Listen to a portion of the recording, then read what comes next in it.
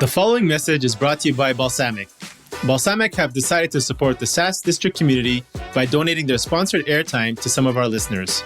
This episode is sponsored by DemmandMaven, a women-owned consultancy that helps early-stage SaaS companies and startups reach their very first growth milestones, from the first 100 customers to the first 1,000. They help early-stage SaaS companies reach their very first revenue milestones through growth strategies that work. By working with DemmandMaven, they will help you identify your best-paying customers through customer research, troubleshoot your growth blockers, define your new improved growth strategy, and launch your very first campaigns.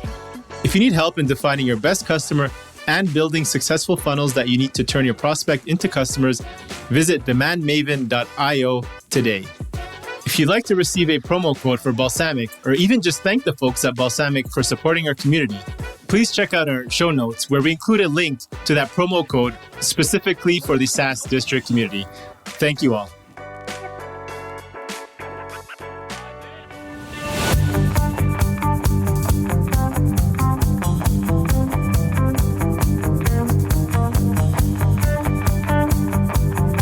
Hello everyone. This is your host, Akil Jabbar, and welcome back to another episode of SaaS District. In today's episode, we'll be talking about how to scale an EdTech SaaS company around the top education systems in Europe. Today, we have our guest, Kadri Tuisk, joining us. Kadri is an IT and service design professional and the founder and CEO of Clanbeat, which is a platform that helps people become self-aware individuals with strong self-management skills so they can reach their true potential. Her passion lies in people and creating an impact on this world via technology. She has a strong entrepreneurial mindset, a big believer of design thinking, and focuses on building and growing strong communities in schools, NGOs, growth accelerators, and volunteer groups that are oriented for individual and collegial growth with her platform, Clanbeat.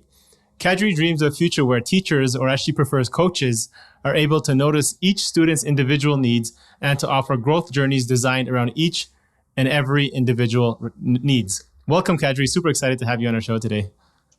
Hi, Akil. Thank you for having me. Yeah, no worries. So for those people who don't have a little bit of background of what Clanbeat is, from my understanding, you guys have raised just over 1.2 million last year and are currently in the process of raising another round thanks to the acceleration in EdTech innovation due to COVID. Was that a seed round? And where is the company now in terms of the size?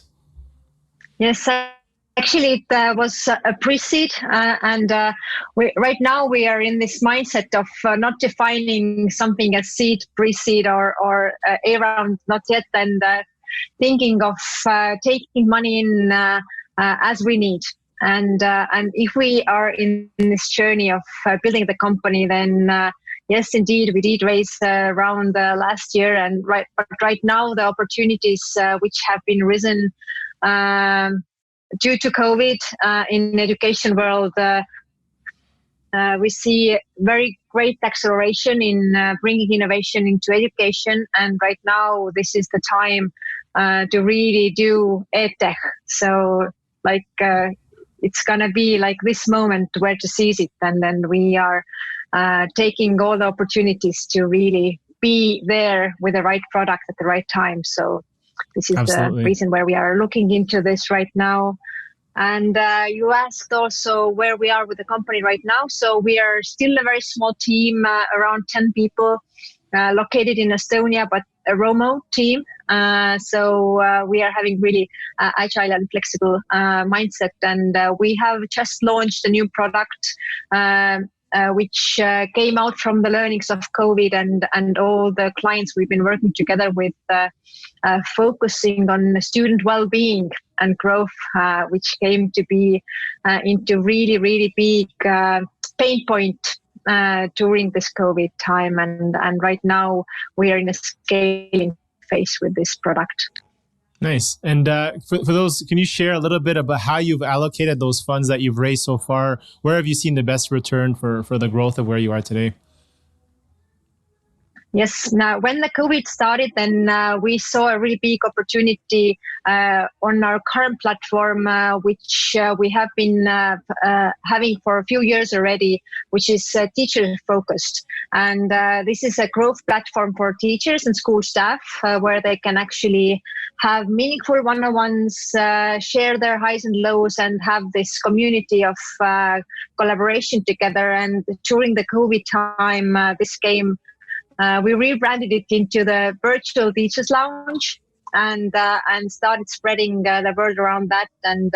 And most of our efforts went into spreading that. But at the same time, when we were working together with teachers and school staff, we were on the side building a new product, which is totally student-centric.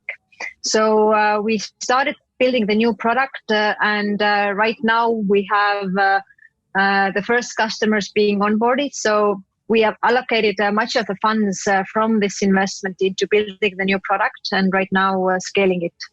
Very cool. Very cool. So one thing you mentioned is how you've purposely designed your life and company through COVID with a lot of changes going around in this world. Can you talk about how you suggest maybe other founders to create and adjust both their life and business during times when there's so much uncertainty going on?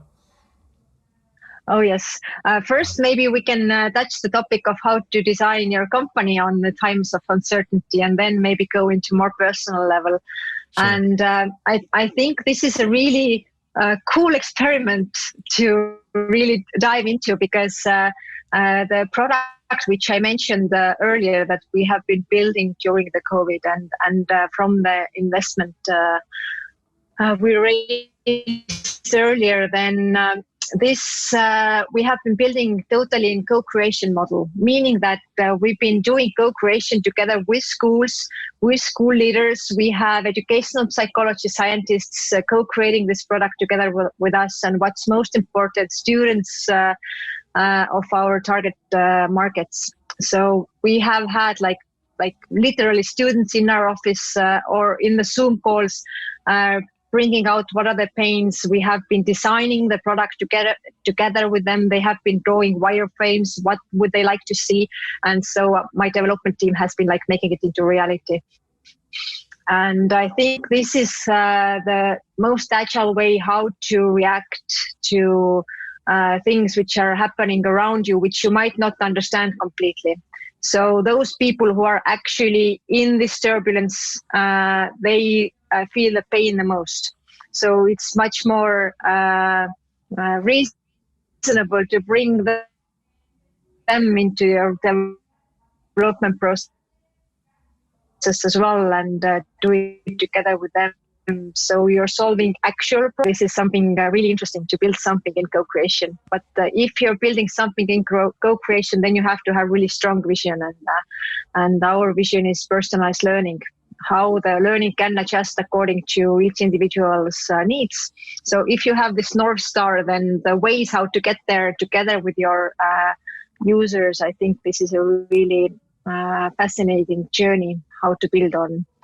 And if we are going into designing your life and how to really understand how you as a founder can live through this period of time at hand, then I've been a really big fan of journaling and really finding out those things which are affecting me and reflecting meaningfully. And this is also something I really want to bring into schools and student level as well. So there would be more agency around students, so they would be able to take meaningful actions in their life. And if we are talking about the cycle of constant improvement, then this is like planning, acting, and reflecting. So you cannot just mindlessly do those things. And for me, designing the processes around through meaningful reflection has been center point of how I do things and how I adjust myself according to what works for me and what doesn't, and what brings impact. So I really think always about the impact as well. I love it. Love it. Yeah. So I've been actually journaling since I think almost 5 or 6 years now consistently. I think that's one of the vices in the morning that I actually stick to. Something I switched to in the last few months has been morning pages. I don't know if you've heard about that, but highly suggest you check that out for especially in our audience. So it's basically where you're writing 3 full pages every single day, and you write it without judgment, thinking that, you're going to burn this page at the end of the day. So you just get everything out of your mind, and it just brings so much clarity in a lot of things in your life. So very, very cool. Oh, it does. Yeah. I'd love to see kids doing that early on. Yeah. Yeah, it's lovely that you brought it out, because we have this monkey mind, which is affecting us doing those things which are really important. And if you get those things out from your mind in the morning, then you're much more productive and have much more focus. And if we're talking about kids, then maybe if you remember from your own school times, then we used to go through the school system like being told what we are told to do and following everybody else's rules and adjusting to everybody else's wants and doing those things which are measured like grades, which actually don't matter so much, and not building things up from the internal motivation, but from the expectations from society, parents, school. And if there would be more self-driven people in the world with a strong self-management skills, imagine the potential we could all have. So I think this is a really, really nice thing to implement in schools as well. I love a world like that where everybody's all self-driven and motivated. So speaking about the North Star, which you mentioned, so I feel EdTech specifically is a underserved topic in general, but also on our podcast. And it's a branch I think it's our audience would be interested in learning more about and are interested in exploring and learning. So for those in our audience who don't know Clanbeat, can you tell us just a little bit more how it started and what is the problem you're really looking to solve with building it? Yes, we are solving 2 major problems and challenges in education right now. This is student growth and well-being.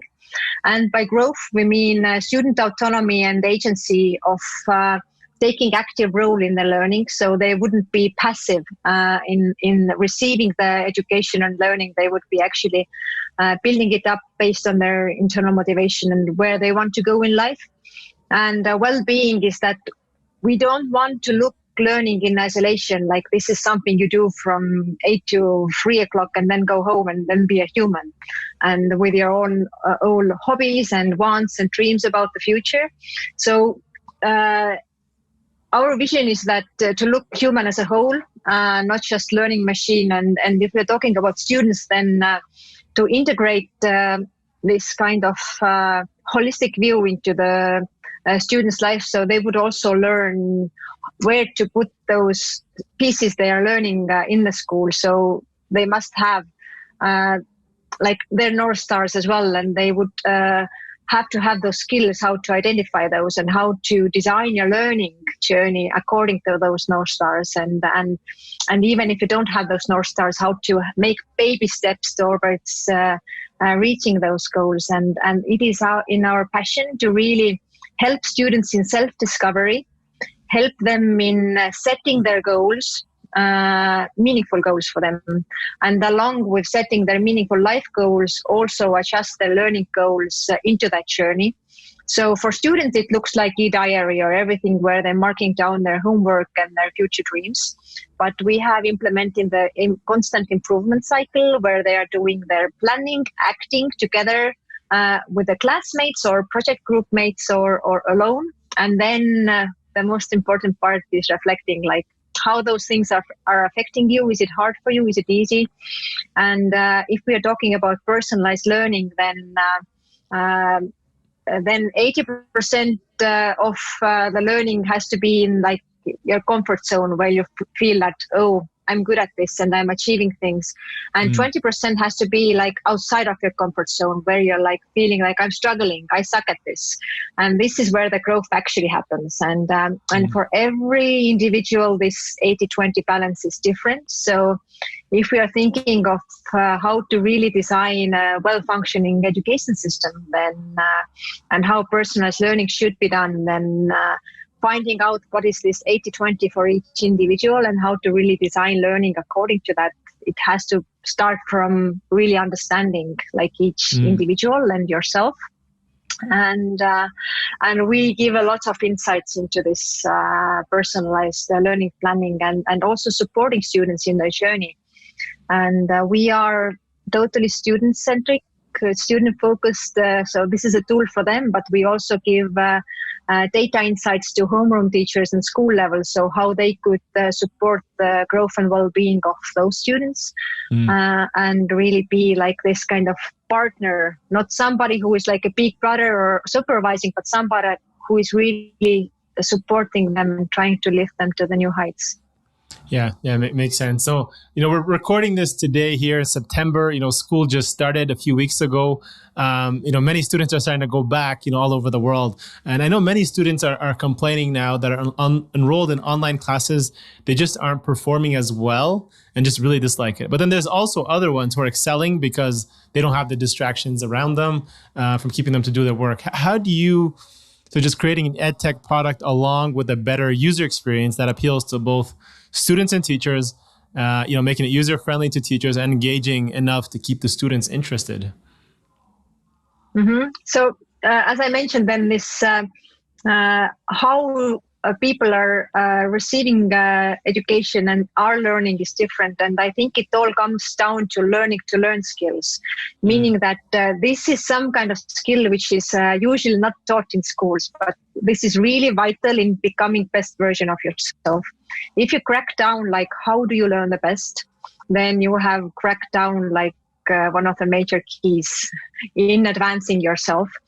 And if we're thinking how people are learning, how they learn best, then it comes through like noticing yourself and noticing your growth and really reflecting, like, was it hard for me? Was it easy? How did I feel about it? Did I go into this into this assignment like with a closed mindset, or was I really open to receive?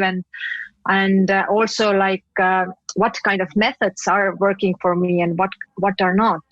And some progressive schools already are working on different models of supporting students on different learning to learn methods. So some students can have distance learning, or some students need group work, or some students actually need to design their own days. So we have experimental schools who have students coming in the beginning of week and having post-its put in the wall, like, what and how do I want to learn this week? So there are like different models being experimented on, but I think the crucial part of it is like really understanding yourself. How do I learn the best and design your learning? And if you're thinking about, for example, reading a book, like if you have to read a book after a month and you're discovering it one day before the assignment is due, then you're getting like really big anxiety and stress levels. And I think it's unnecessary stress. And I think it's the same with online learning. Some students like it and some don't. So you have to find the best methods for yourself, and the school has to be there to support those methods.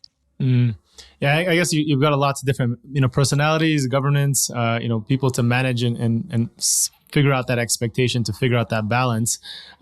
Specifically for you guys, what are the biggest challenges you guys are facing to help improve that?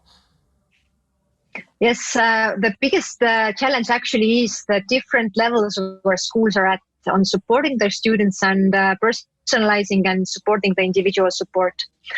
We have seen the biggest advancements right now in international and private schools, where actually this student support group of education psychologists, social workers, and any kind of support groups supporting those schools is in the best level.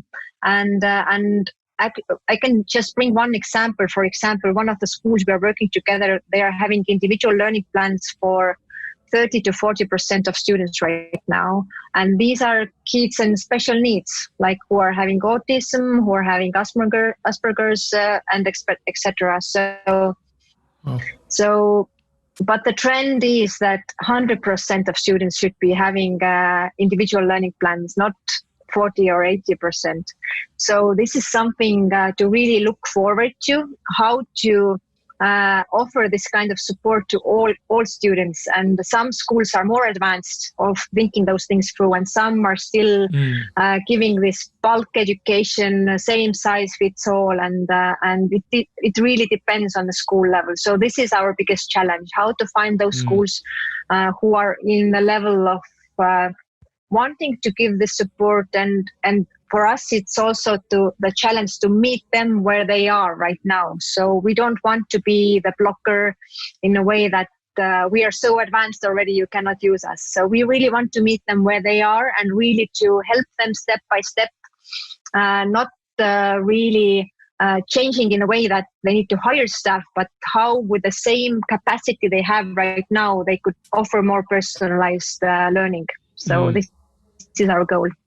Makes sense. So the one big challenge is obviously the different levels and where the school is at right now. On the other side, I think you guys serve almost all levels of education. How difficult is it to bring this balance to the whole spectrum of the age groups? Because I imagine, it'll be different for 5-year-olds versus, 15-year-olds, or does it, Sure. Are you guys focused on certain age groups? Sure. Our first focus is on upper school level. We are starting from the grades 5 and 6, so where the kids are 10 and 11 years old. And our focus is K-12 schools, which is like up to 12th grade.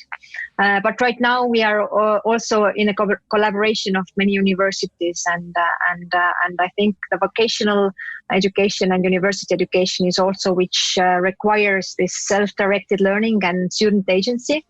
And for the younger kids who are, I think, why we started approaching students in the first place is that we saw that this is a place where we could give the biggest impact to the world, because this is the time where they are still evolving and developing. And we have seen that if you start too old, then they are not able to adjust into this self-directed learning model. And they are already used to following everybody else's rules and becoming the perfect workers for the factories, basically, or the bus drivers. But if you approach them young enough to teach them methodologies of think with their own head and understand who they are and what they want from this world and how they can bring positive change into the world, then there is a still chance to really guide them and give them the platform of succeeding. And this is why we are focusing on students in the first place. And first focus is on upper school level, but we hope to get soon also to the younger kids, because there is so much to do in there as well. Different methods, but small baby steps. They can already start thinking with the right mindset. Yeah, it's a big challenge, right? You got Yes, and I really believe that technology is not the answer to everything here. This might be the solution for the upper school level, but for the younger school level, we could offer methodologies, lesson plans, materials, how to really support younger kids as well. Yeah. So I imagine the education industry is quite risk averse in general, right? Usually they prefer to add or adapt to well-known established solutions to their institutions. How does Clanbeat overcome that hurdle with users and educating them to shift their thinking and maybe adopt an innovative solution? Because you said you try to come to their level, but you're a little bit more innovative than what they're used to. And how do you bridge that gap so that they can understand and want to give it a shot? Yes, you're absolutely right, and we have seen it a lot that they want something really, really innovative, but they want something which has been working for many, many years already. So there is this kind of controversy like written inside, and they want to have everything, but you cannot have everything. And we have also experienced it because I'm mentoring some co-creation groups of other EdTechs as well, like how to really work together with schools, and they are having difficulties in getting into schools if they're like nobody, and how do you build up those relationships. Our advantage has been that we have been working together with schools already for many years, and we have gotten some nice prizes, and we are really having a really good cooperation with the Estonian government and and Ministry of Education, and we are one of the ambassadors of Education Nation, which means that this is one of the organizations advocating Estonian education system, which is really good in the world. One of the best. It is the best education system in the Europe and one of the best ones in the world. So we have professionals in our team who have already gained their trust and based on their history of doing already great things, and translating that into technology has been giving an extra boost to that. So we have this kind of knowledge base, and we are also working together with education psychology scientists from the best university who are already having a really good reputation as well of really supporting things which are science-based and really bringing the results. So I think there is also, if you're building an EdTech, then it's really vital to understand that if you're building something which is shaping people's future, and this is having a really big impact on people's lives, that you would do it not in your basement and in with the methods like trial and error, but really putting some thought and love and knowledge into it, then I think then you're having much more better chances in working together with schools. And this has been also our formula of building things. Makes sense. So having the research, having the experience and the background and the strong expertise behind you to back you. And the other challenge, I guess, if you can overcome that, is the ROI of the investment, right? So ROI is a challenge for EdTech and SaaS in the education sector. Educators are maybe unlikely to buy solutions that they think they're going to use maybe once or twice throughout the year and then probably abandon it, right? How does Clanbeat keep? Because you have to keep. How do you keep adding constant value at and throughout which stage of the learning process, so they keep using it and see the value of their investment? Sure. Clanbeat model is built up in a way that students are using Clanbeat every day. Right now, the user engagement is in a way that the average student is engaging with our app 17 minutes per day, meaning that they are doing their planning and learning and communication around the learning after school inside Clanbeat app. And for the school, we are providing data reflection back based on the activities which students are having, and also helping them to do pulse surveys and more aggregated data analysis based on those topics which are important to the school. For example, some schools are struggling with certain parts of well-being due to school inspections, and they really want to put emphasis on that. So this is really monetizable from the aspect of bringing them to the new level. And we are operating on a really simple SaaS model based on number of users, price per year. So, for example, we are having a pricing model of one classroom at the school is free for usage. So we are able to spread fast and for free. And if the school wants to spread school-wide, then they have to go to price model, which is 12 euros per user per year. So this is not something super expensive. It is affordable and usually fits into the price model of schools' budgets. Yeah, I love that. So you do the freemium, you give them a taste, a kind of a trial for one of their classrooms. If they find that they're actually adopting it, that's cool. So they don't have to commit to it, and they get to see actual user feedback. Yes. That's very smart. And then it's $1 a month per student. So a school of 500,000, that's not that bad at all. That's awesome. Yes. And then how do you approach the platform and to manage the relationship between the students and the teachers? Is there any tools or strategies that can be done to enrich, you're saying, both their well-being and relationship, or is it just kind of individually kind of assessed? Maybe I specify your question. Your question was like how this is contributing to the relationship of student and teacher, or individually both of them? Both of them together, yeah. Yes. So some of the schools which are using us are using it actually to boost the relationship between teachers and students, to give this kind of helicopter view first to the teacher.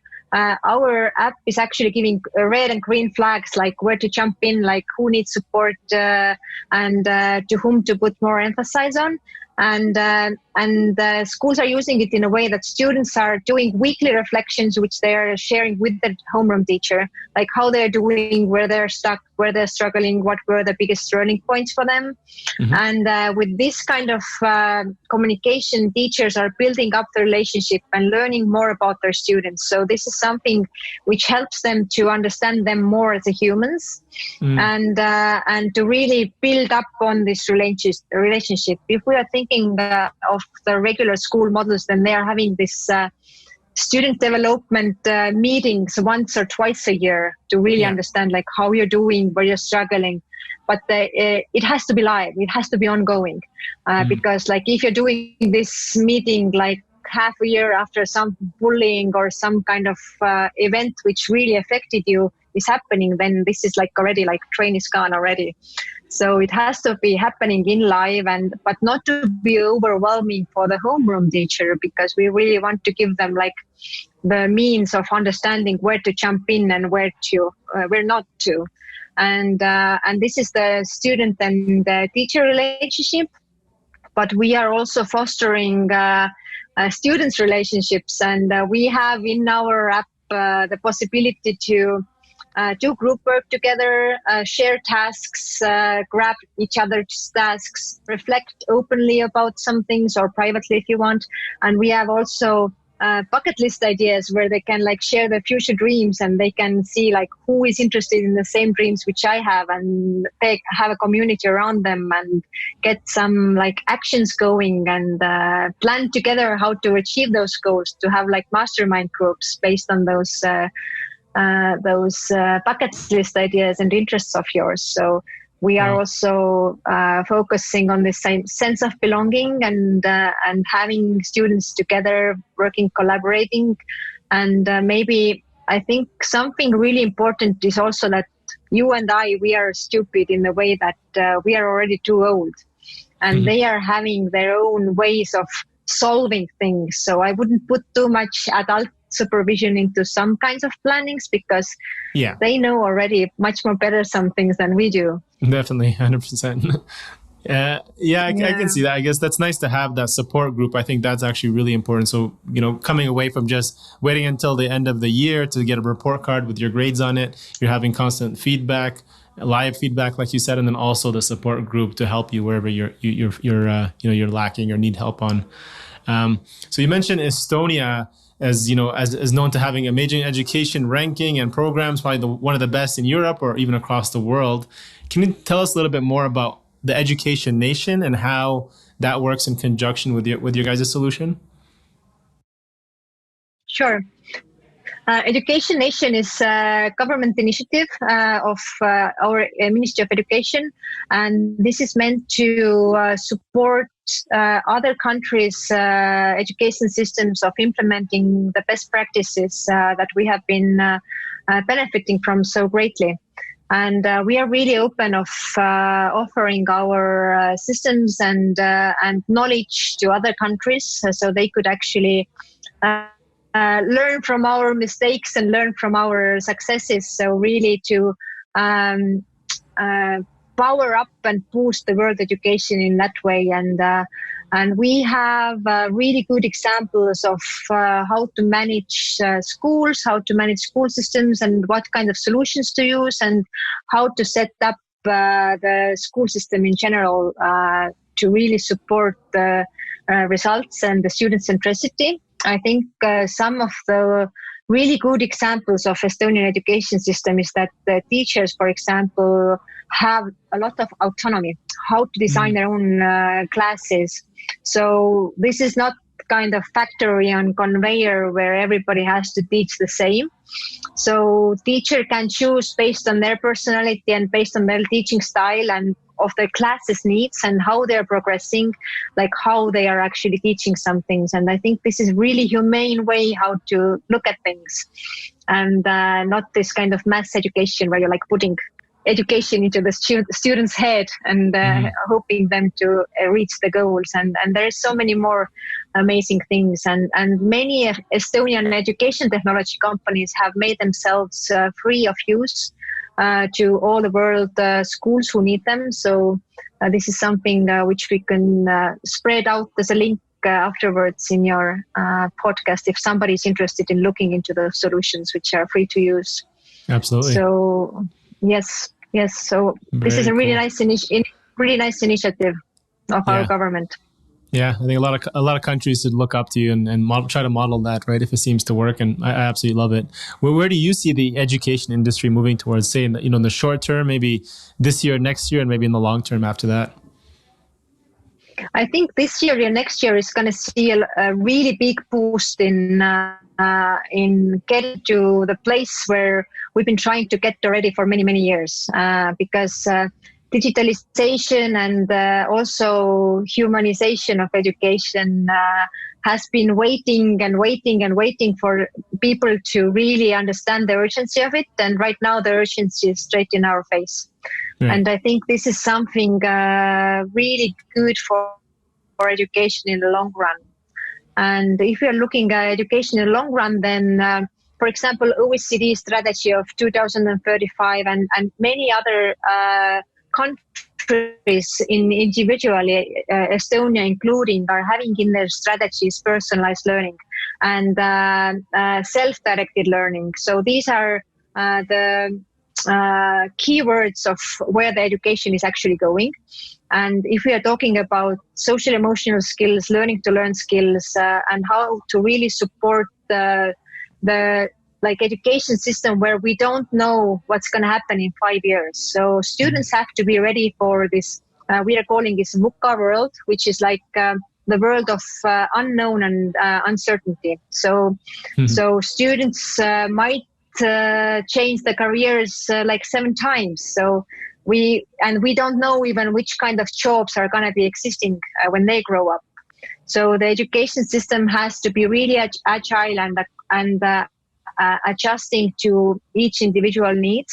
And right now we are living in this like service economy, but we are moving towards ubiquitous economy, which means that the services are morphing around each individual's needs. And the same thing is happening to education. Like it has to adjust to each individual needs. And this is something we are working towards as well. 100%. Yeah. And do you have any other areas that you can share with our audience that in this space that you see big opportunities for other entrepreneurs to capitalize on right now? Oh, there is actually so much to do in education that, for example, when we started doing co-creation together with schools, then we were mapping down all of their pains. We started from value proposition design, and we started mapping down their pains, their gains, and their main jobs, what they have to do.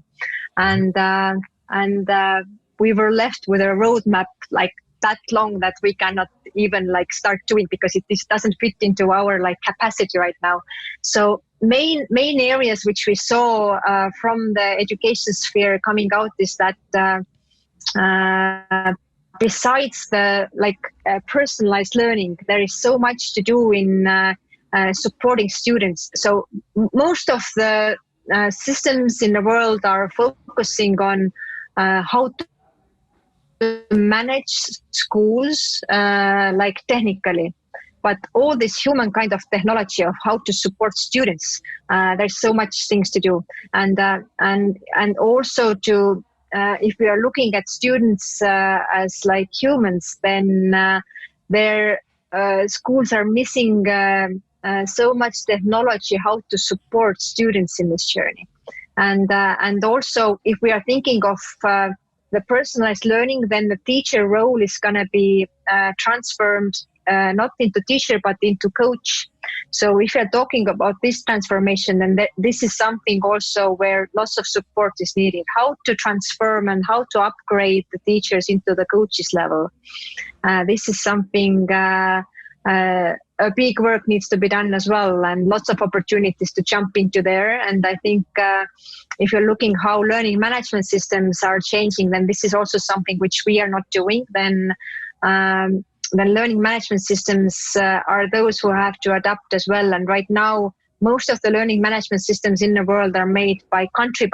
So each country has their own learning management systems. And so this is something which I see that the world is actually globalizing in a way that the education is becoming more and more universal. So there is lots of opportunity of tracking down what is this world world education, and how to step out from this each country's individual needs of education, and how to find the common ground. Because right now, if we're thinking what COVID brought, we have seen so much of opportunities of you can learn from anywhere, and you don't have to be pegged to any country's or government's education system. You can do it individually from Bahamas or from Maldives or from Estonia. Like, it doesn't matter where you are.